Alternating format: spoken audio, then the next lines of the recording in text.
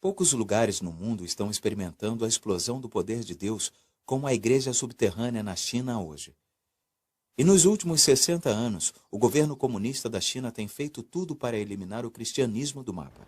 Mas se olharmos a história da igreja, a perseguição só fez a igreja crescer. Os cristãos cresceram de talvez 1 milhão em 1949 para 100 milhões hoje em 2007. E a perseguição foi a razão, mas outra razão foi a obra do Espírito Santo.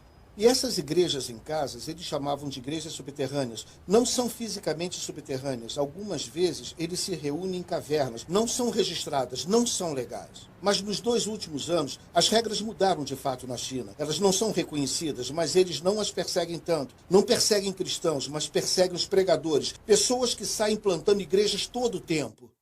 Eu quero parar aqui e apresentar esse homem. Este é Dennis Balcombe, que é missionário na China há 40 anos. Obviamente, ele tem algumas histórias emocionantes para contar, mas ele me ofereceu algo muito valioso. Ele me deu uma filmagem preciosa do fundo do coração da igreja subterrânea na China. O que irão assistir é uma das filmagens mais raras do planeta.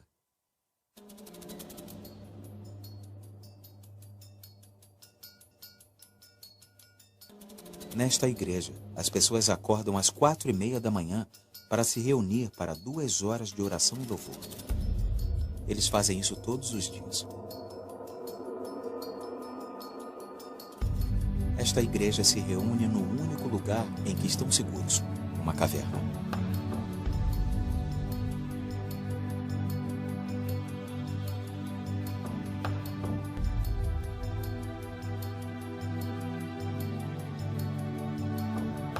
Esta igreja se reúne numa fazenda, distante de olhos curiosos.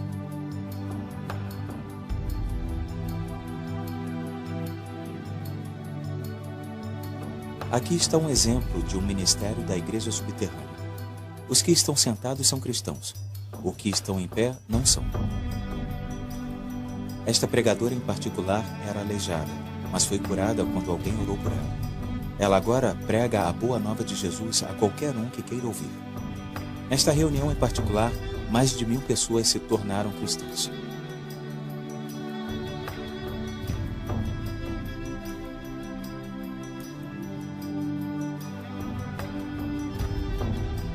Este é um culto evangélico frequentado por 6.000 pessoas. E embora pareça muita gente, você tem que entender que só esta igreja tem mais de 300.000 membros.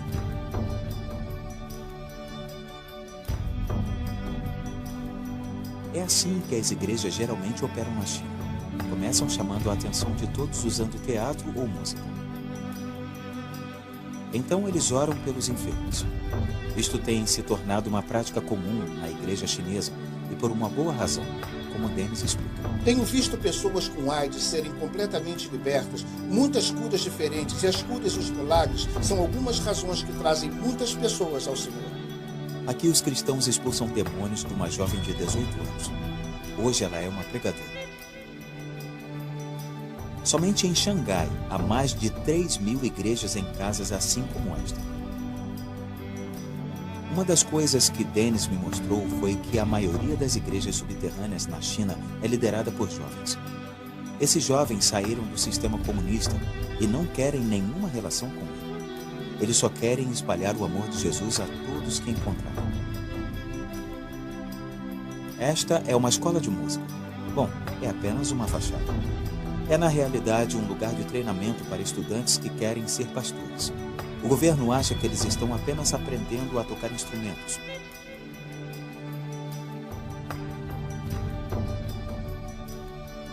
Uma das coisas que logo percebi a respeito da igreja na China é que é bem diferente da igreja americana. Uma das diferenças é que eles acham que 4 horas de sermão é pouco. Mais do que isto, é como o culto deles é diferente do nosso. Veja por si mesmo o que acontece quando um povo desesperado se conecta a um Deus poderoso.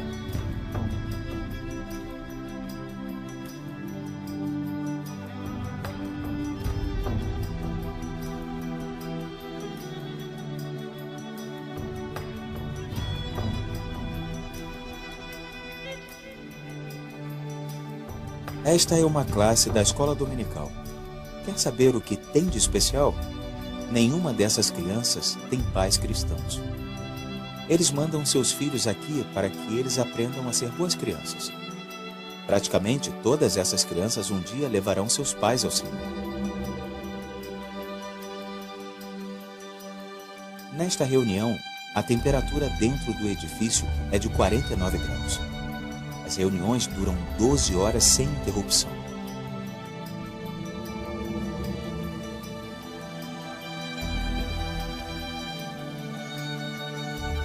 Dennis me contou sobre uma certa vez em que foi a um vilarejo remoto na China para pregar.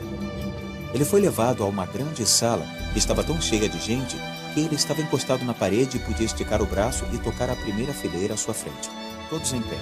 Não havia espaço para se sentarem. Ele perguntou quanto tempo ele deveria pregar e eles disseram, das 8h30 da manhã às 7 da noite. Então eles perguntaram se não seria muito trabalho voltar no dia seguinte e pregar das 8h30 da manhã às 7 da noite outra vez. E então, muito humildemente, pediram outra vez, você faria a gentileza de voltar no outro dia também e pregar das 8h30 às 7? Ele perguntou com que frequência deveria fazer intervalos e lhe disseram para não parar. As pessoas vão esperar. Então ele perguntou sobre o que deveria pregar. Tudo, eles responderam, do Gênesis ao Apocalipse. E então ele percebeu, aquelas pessoas não tinham Bíblias.